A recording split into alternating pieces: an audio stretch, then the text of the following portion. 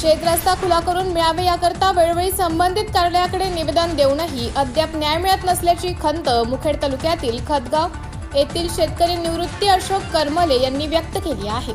मुखेड तालुक्यातील मौजे खतगाव अल्पभूधारक शेतकरी निवृत्ती अशोक करमले यांच्यासह इतर शेतकऱ्यांच्या शेतावर जाण्यासाठी शेतरस्ता नसल्याने अनेक वर्षापासून शेतकऱ्यांना हाल अपेक्षा सोसावे लागत आहे।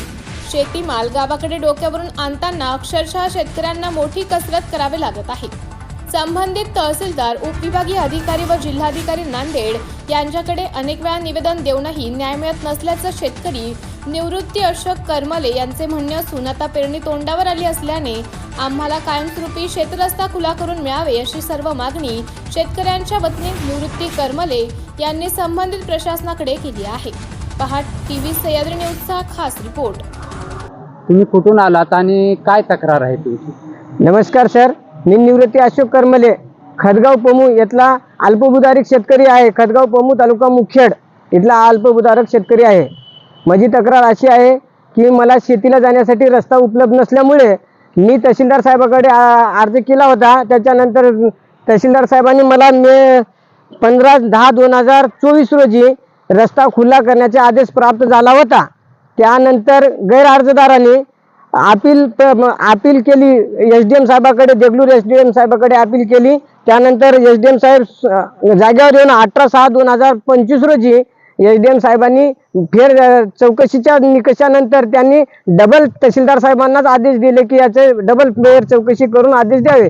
त्यानंतर माननीय तहसीलदार साहेब 17/4/2026 रोजी जागेवर येऊन जागेमुखी येऊन अंतिम निर्णय दिलेला आहे शेत रस्ता खुला करण्याचा। कारण की तिथे ऑलरेडी 1.5 किलोमीटर पर्यंत रस्ता झालेला आहे। त्याच्यामुळे तहसीलदार साहेबांनी फेर चौकशी करून पुन्हा अंतिम निर्णय शेत रस्ता खुला करण्याचा दिलेला होता। त्यानंतर 15/5/2026 रोजी अतिक्रमण हटवण्याची तारीख दिली गेली होती। प्रशासकीय अधिकारी आणि येऊन त्यांनी काही आमचा शेत रस्ता खुला केलेला नाही आजही।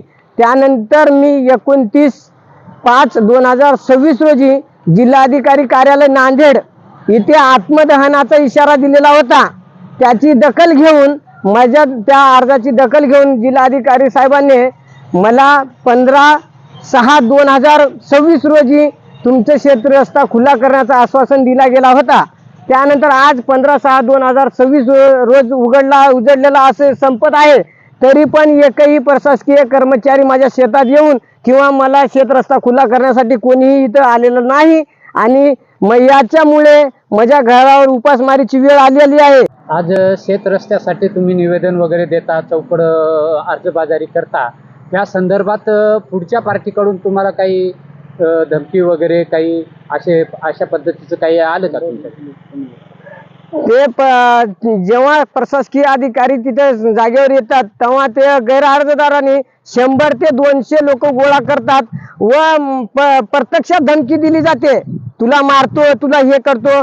आणि पंडित कोळेकर या नावाचा व्यक्ती तर मला डायरेक्ट थेट फोन लावून मारण्याची धमकी दिलेली आहे। भविष्यात या व्यक्तीकडून मला मारण्याची भीती निर्माण होत आहे। माझ्या कुटुंबाला त्यांच्यापासून धोका आहे आणि मी याच्याबद्दल मुकराबाद पोलीस स्टेशन येथे एनसी पण दाखल केलेली आहे।